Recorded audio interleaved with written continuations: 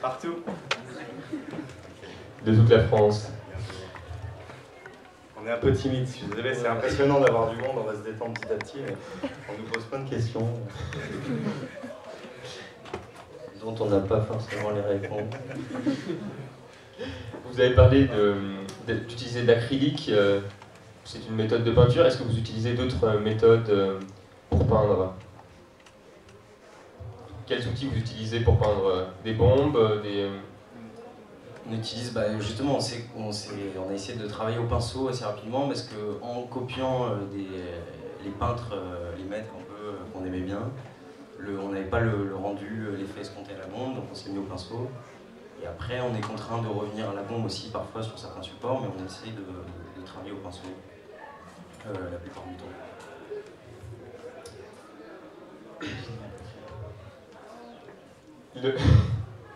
Excusez-moi.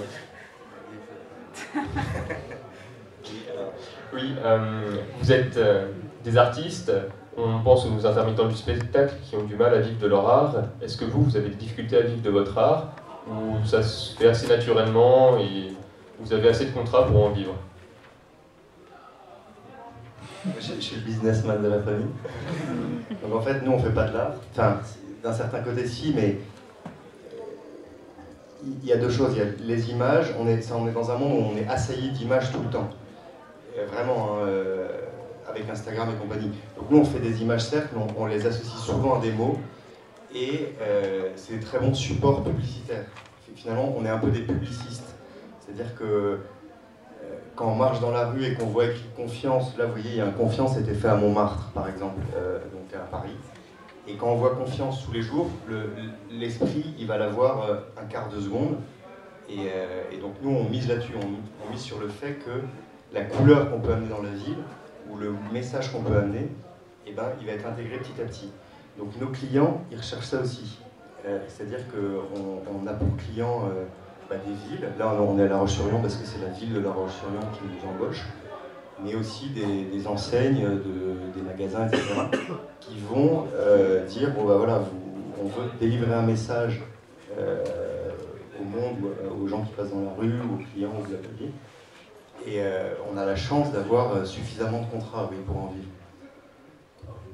Pour répondre à la question, c'est-à-dire que le fait qu'on ne soit pas des artistes d'atelier qui fassent des expositions pour vendre des tableaux, nous on travaille à la commande. Donc on a un client qui nous dit, bah voilà, La Roche-sur-Yon nous avait dit en juin, venez peindre sur les vitrines et écrire des messages. Et ben voilà, c'est plus un contrat qu'un travail d'atelier d'artiste, quoi, c'est ça que je veux dire. Et pour en arriver là, vous avez fait des études de marketing, pour des études d'image, ou c'est en autodidacte que vous avez appris? Moi j'ai étudié l'histoire et l'anthropologie, et Marin lui a étudié... J'ai fait une étude, j'ai étudié l'illustration, donc c'est faire des images, et pas trop de la lettre, mais donc après sur la peinture pure et dure, on s'est formé un peu sur le tas. Et donc, vous faites de l'expression publique gratuite, ou c'est uniquement par des contrats à but commercial? En fait, ça a commencé de manière gratuite dans la rue, ça a été récupéré entre guillemets par tous nos clients, et aujourd'hui on jongle un peu entre les deux, sachant que parfois on est pris par trop de clients. Donc c'est plus du tout la même démarche, faire un truc gratuitement entre frères, parce que ce qu'il faut dire aussi sur le côté fraternité, qu'on a 8 ans d'écart, et qu'on se connaissait, on a appris à se connaître à travers ça. Moi j'étais parti assez jeune, et donc on ne s'est pas non plus trop connu là-dessus. Mais sur le côté gratuit de la peinture, Marin, je pense que tu veux dire un truc, quoi. Ouais, c'est de pas... c'est vrai que c'est ce qui nous a réunis, c'était un prétexte pour se retrouver un peu, on s'est mis à peindre dans la rue, puis en fait tout est allé très vite et ça nous a un peu dépassé aussi. Donc on s'est dit tiens, c'est quand même sympa parce qu'on aime tous les deux vraiment peindre dans la rue ou ailleurs, c'est quelque chose qui nous plaît. Et du coup, on a commencé à pouvoir avoir des chantiers payés qui au début étaient des trucs très simples, mais en fait, on s'est lancé dans cette aventure sans trop réfléchir. Et du coup, maintenant, ça nous amène à cette question qui est où là, on a peut-être perdu un peu le truc du début, qui était quelque chose de très simple. C'est dur en fait de retrouver quand ça devient un métier finalement cette spontanéité, cette gratuité qui était à la base. Et qui nous plaisait à tous les deux. Il n'y a rien de mieux que de faire une activité entre guillemets bénévolement ou gratuitement, parce que si on écrit l'amour gagne toujours dans la rue, gratuitement, on va prendre plus de plaisir que si c'est un magasin qui va vous donner un billet pour faire ça. Enfin, c'est pas la même démarche en fait. Il y a une pression qui se met dès qu'il y a de l'argent, on perd un peu nos moyens, quoi. Enfin, ou en tout cas une spontanéité qui faisait le truc sympa.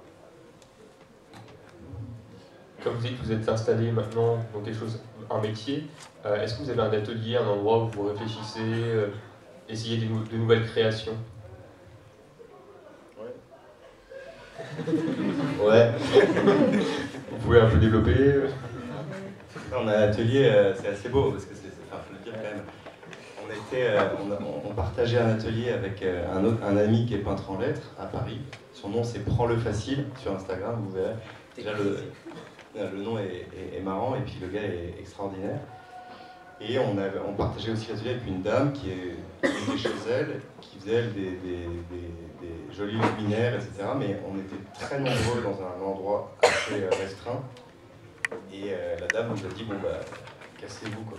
Enfin, partez. Et elle nous a donné un mois pour partir et on était pas mal charrette à l'époque. Et j'avais dit à Saint-Joseph, j'ai pas le temps de m'occuper de chercher un atelier. À Paris, le marché est tendu, donc je te confie le truc quoi. Et donc ça c'était en janvier. Enfin, le 1er janvier, la dame nous a dit de partir. Et le 30 ou 31 janvier, je sais pas combien, 31 janvier, je me dis, j'ai toujours pas d'atelier quand même, il faut que je m'inquiète. Et je mets un message sur Instagram en disant, on cherche un atelier s'il vous plaît. Et là j'ai un coup de fil, oui tu cherches toujours un atelier, oui. Bon j'en ai un, ok merci. Je peux venir quand? Ce soir, ok. C'est combien? C'est gratuit, merci. Et là la dame, je dis, mais comment ça, c'est quoi? Elle dit, ça s'appelle l'atelier Saint-Joseph. Et merci. Donc voilà, on est dans un atelier Saint-Joseph, qui est une paroisse qui nous prête un atelier, et on partage ça avec des dames qui font de la couture. Donc c'est assez beau, ouais. Et un grand jardin, pas mal. Est-ce que vous êtes passé du côté obscur de la force? Je m'entends par là. Est-ce que vous avez tagué des murs de manière illégale, fait des graffitis? En fait, on a un autre compte Instagram qui s'appelle Fuck the System. Vous pouvez regarder, on casse des trains, c'est hyper sympa.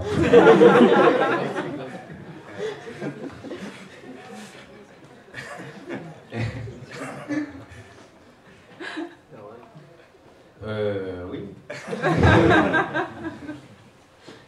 Félix a tagué, je le balance, quand il est à Nantes, il y a quelques années. 15 ans, je crois. Donc il a une certaine, il est assez à l'aise pour ce qui est de peindre des grands formats. Et maintenant que c'est devenu légal et payé, il est très content.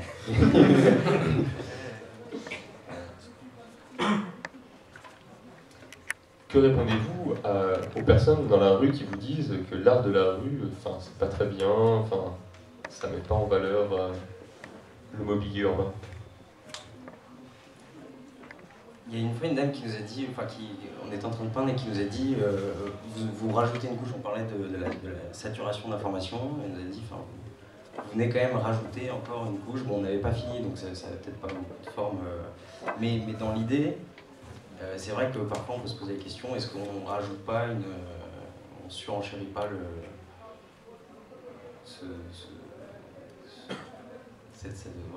l'espace visuel. Et en même temps, c'est de la publicité, comme disait Félix tout à l'heure, mais c'est de la publicité pour la vie, c'est de la publicité gratuite, c'est de la publicité, donc on essaie de détourner justement le message publicitaire. J'imagine qu'il ne faut pas en mettre partout, parce qu'on saturerait même des messages positifs, on n'en pourrait plus. Mais à Paris, en tout cas, nous on trouve un juste milieu avec ça, sur les murs inexploités. D'amener un peu de gratuité. Et puis il y a une autre partie de notre travail, on vous a parlé de nos clients, etc., mais qui est très prégnante, qui est dans des cités. En fait, on peint énormément, on fait des ateliers avec les jeunes, parfois des petits, dans les cités, dans les lieux en fait, qui ont besoin de couleurs. Dans des écoles, dans des hôpitaux pour enfants, dans des choses comme ça, où il y a beaucoup de gris.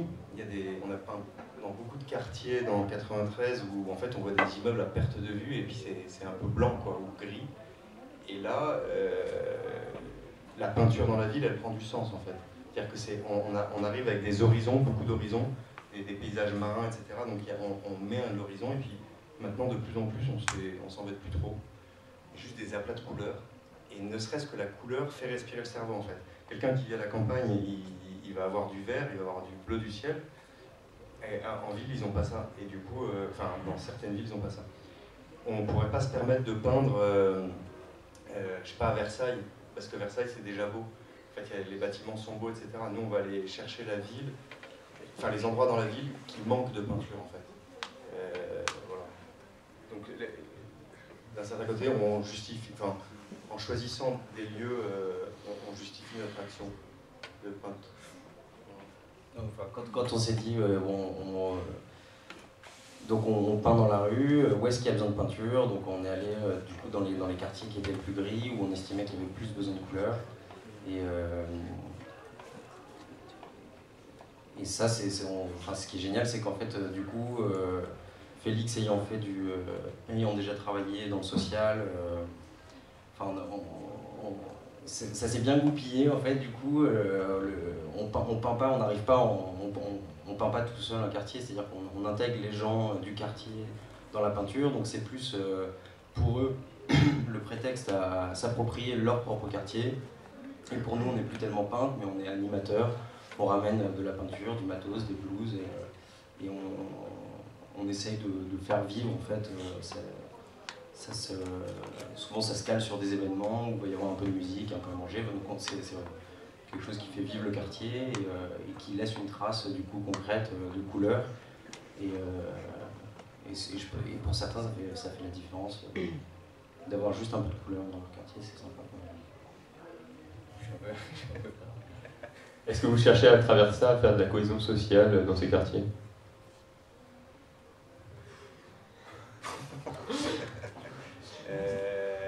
Cohésion sociale. De rassembler les gens, pour faire du lien, des gens qui ne se verraient pas forcément dans la rue. Il y a un très bel exemple. Si, moi j'ai un bel exemple. C'est un petit jeune qui était. Moi j'étais éducateur dans des quartiers. Et un petit jeune qui était dealer en fait. Mais il était jeune, il avait 16-17 ans, il faisait le trafic de cannabis et tout. Et même de cocaïne, et on l'a pris dans un chantier, on le payait pour, c'était un chantier éducatif, donc c'était 15 jours. Et les mamans du quartier, quand elles passaient devant lui, et qu'elles le voyaient, on avait fait une carte du monde gigantesque, etc., un peu éducative, puisqu'on avait marqué le nom des pays, on avait fait des illustrations, blablabla. Elles changeaient de regard sur lui. Il était en train d'embellir le quartier. Et le regard des mamans, lui, il le recevait, quoi. Et je pense que en tout cas, sur le moment, c'était bien pour lui. Voilà, donc ça, c'est de la cohésion sociale, entre guillemets, quoi. C'est-à-dire que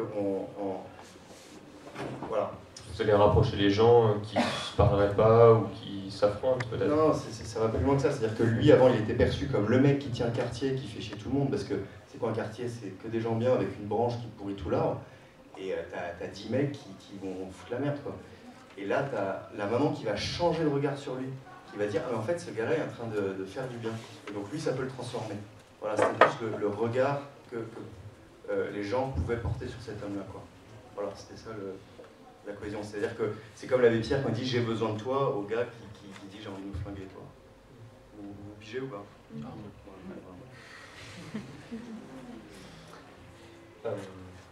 J'ai perdu le fil. Vous inquiétez pas. Oui, est-ce que vous rencontrez d'autres artistes de street art dans des forums?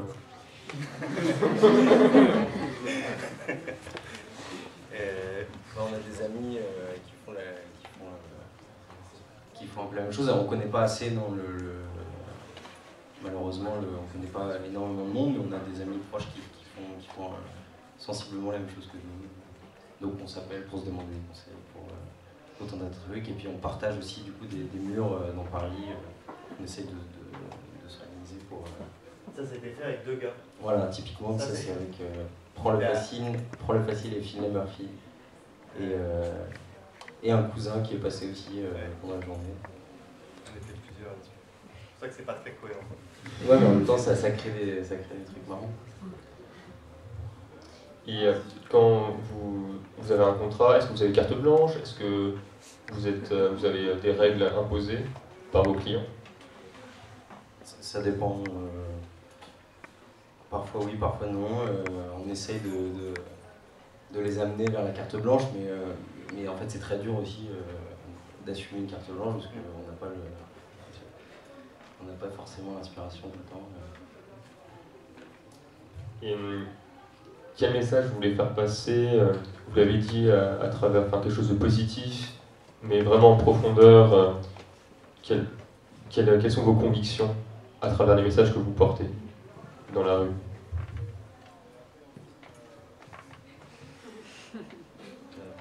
Il n'y a pas de conviction? Le beau, le vrai, je sais pas, quelque chose comme ça? Oui, tu veux. Non mais c'est assez simple, on l'a déjà dit, c'est détourner le message publicitaire en essayant de renvoyer quelque chose de plus intime. Et après chacun le prend comme il veut en fait. Après, moi c'est un peu plus engagé, c'est-à-dire que en fait j'ai essayé d'écrire des messages. La première phrase que j'ai écrite c'était dans un quartier justement. J'ai écrit confiance, Dieu t'aime. Et ensuite j'ai enlevé le Dieu t'aime et on a continué à écrire mais confiance. Pourquoi? Parce que je voulais pas arriver avec. En fait je voulais m'adresser à tous. Et si on dit Jésus-Christ, si on écrit dans la rue Jésus-Christ est le sauveur ou des choses comme ça, on peut inciter au blasphème. Il y a des gens qui ne vont pas comprendre, qui vont pas partager mes croyances à moi, Félix, quoi, et qui vont pouvoir se sentir blessés parce qu'ils vont dire on nous dicte une vérité alors que bon, moi j'en suis pas si sûr. Donc on a partagé ça. De garder des messages très positifs, profondément catholiques, mais qui en revanche étaient suffisamment larges pour s'adresser à tous. C'est pour ça qu'on est suivi par des bobos parisiens qui ne sont pas du tout cathos et qui vont nous embaucher derrière. Donc il y a un plan marketing aussi derrière, entre guillemets. Mais le fond, c'était plus de dire comment on s'adresse à tous. Et le catho, il reconnaît que le message est catho dans L'amour gagne toujours, parce que en fait, c'est quand même assez fort. Et en revanche, le badaud, il peut aussi s'identifier à ça, parce que ça reste un message d'espoir. Après, on a fait des clins d'œil. Pour Pâques, j'avais fait un chalut, vous savez, les bateaux de pêche, quoi. Et le chalut est proche, vous voyez. On essaie de faire des blagues parfois, pas tout le temps, mais ça reste très très bon enfant, etc. Mais ce sont des messages que le monde a besoin d'entendre, puisque si les gens ils nous appellent, ils disent ah merci et tout, alors que bon, c'est pas nous, c'est les messages qu'on met, quoi. Donc c'est assez beau de voir que le monde est avide de choses très rassurantes comme confiance, espérance, l'amour gagne toujours, la vie est un trésor, ou ce genre de choses très simples, mais voilà. Vous êtes influencé par les messages de l'Évangile. Est-ce que vous avez d'autres influences? Vous avez parlé tout à l'heure d'un peintre. Dans votre famille, où il y a des peintres peut-être qui vous ont influencé à peindre des fresques? Nous, on est issus d'une famille d'artistes. Papa il était sculpteur, enfin peintre, et maman elle est sculpteur et peintre. Et oui, on a plein d'artistes dans notre famille et tout. Les influences, elles sont multiples, partout, tout le temps, quoi. Je veux dire, pour moi, il y a beaucoup de peintres bien, quoi. Vous en avez un préféré, peut-être? Je sais pas, aujourd'hui Soroya, mais demain autre chose, et hier encore autre chose, tu vois. Enfin, c'est marrant. Oui, si, moi je te rejoins assez sur. Ça bouge pas mal les influences. Et puis c'est dur de. Faut pas fixer. De fixer, mais c'est peut-être un problème aussi qu'on a. C'est dépenser des artistes. Est-ce que vous avez un projet avec le bon Dieu dans tout ça? Pour vous, la Providence, ça marche comment? Vous avez parlé de Saint-Joseph, qui vous a pas mal aidé. Vous avez eu d'autres coups de pouce comme ça? Il faut faire confiance, justement, et pas faire confiance en la vie. Moi, je trouve que c'est quand même une bonne piste. Ça, c'est... Oui, le petit panneau à gauche du nom de la rue, c'est rue André Delsarte. Et du coup, on a transformé le 18e arrondissement au XVIe siècle et rue André Delsarte en d'après Andrea del Sarto. Et la peinture a été effacée depuis. En fait, personne n'a vu la pancarte, donc elle est restée. Ça, c'est assez amusant parce que c'est vraiment la manière dont on fonctionne, Marin et moi. C'est-à-dire qu'on se baladait dans la rue avec des seaux de peinture, etc. Et on s'est pris la tête puisque des conneries de frères où moi j'ai envie de peindre là, lui non, ou moi j'ai envie de peindre ça, machin. Enfin, des trucs vraiment très simples, quoi. Et on arrive à Montmartre, on tombe sur ce mur, on est rue André Delsarte, on tape sur internet Andrea del Sarto parce qu'on sait que c'est un peintre florentin de la Renaissance. On tombe sur cette annonciation, on va négocier avec le vendeur de disques du coin qui nous imprime l'image, il nous prête une petite échelle et on fait ça, quoi. Et en fait, c'est toujours un peu comme ça dans cette déambulation dans la ville où on se balade et c'est de l'impro, quoi. Et c'est assez amusant. Et ensuite sur le bon Dieu, ça peut être un parallèle avec la question du bon Dieu, c'est-à-dire qu'on n'a pas fait de plan, on ne savait pas où on marchait, et puis on marche, et puis demain on ne sait pas où on va, quoi. C'est-à-dire qu'il y a quand même une confiance qui est donnée sur un lâcher-prise où on ne sait pas trop où ça nous mène, tu vois. Ça nous mène à la Roche-sur-Yon ce soir, merci le public. On applaudit s'il vous plaît.